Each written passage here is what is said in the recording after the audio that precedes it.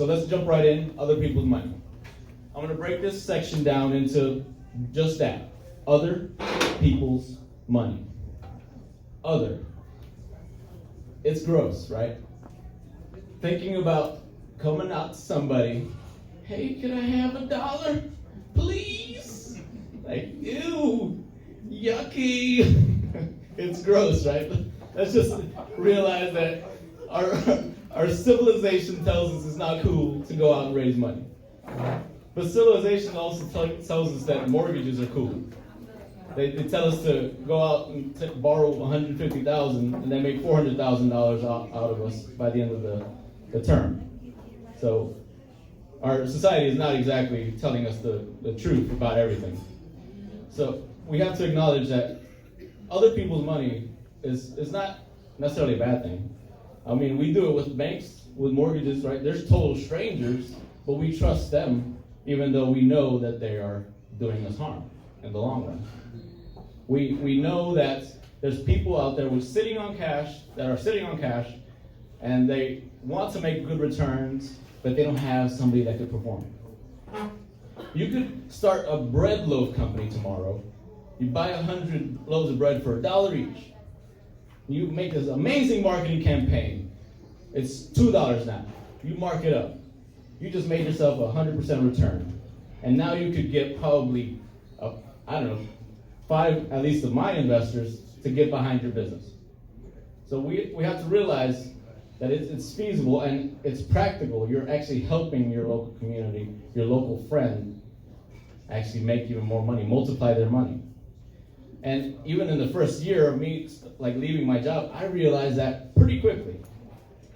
Even though I had a good nest egg to pursue properties, I couldn't actually scale up the business. I could do maybe 1-2 properties at a time. So the weird thing is, even though I saved up this money to leave my job, I still ended up raising capital.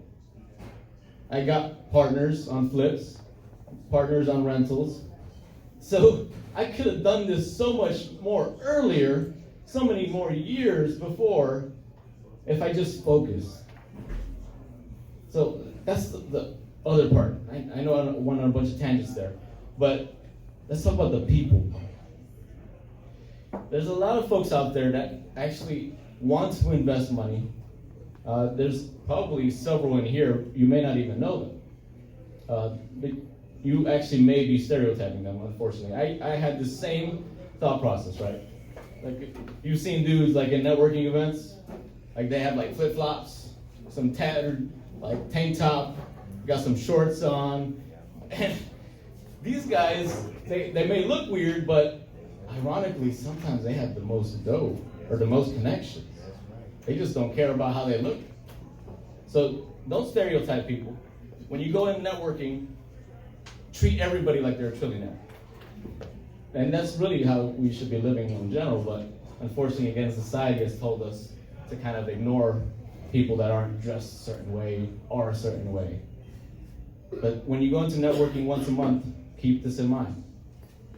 Now, the last part to this is the money piece. And I briefly covered the bread loaf scenario. But you really got to think about, actually, my brother Suresh May had a great analogy he shared with me a couple months ago on a video. You got to think about it from a cut-off water bill type moment, that you're selling this investment idea, this business idea you have. That when your water's cut off, of course you want to jump on that matter as soon as you can, right? There's nothing else that's more important. That's how you got to look at your investment, your presentation. It has to be like, just take my money! Oh my goodness! I'm losing out! That's how juicy your deals have to be. And that's what's made our business amazing and why our investment business continues to grow. Because our returns are just obnoxious. We're just destroying the stock market. And you could also do the same with whatever business idea you have, whatever investment idea you have. Now, so we covered the other people's money. We addressed the yuckiness. We addressed that it's feasible. People actually need this. You're actually helping people by raising capital. That they're just sitting on this and they're losing it to inflation. They're losing it to stock market, which is really like gambling. if you don't know what you're doing, you're probably going to make sub 6% returns, whereas you know you could do better.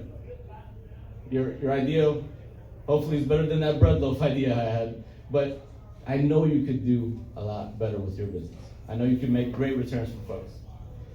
All right, so for this section, for this activity, we're actually going to just kind of go deeper into out of all the people at your table you talk to, hone in on one person that you know you could combine with, and just kind of think of an action plan. Your next step. That's ultimately what I would like for all of us coming out of this. A next step.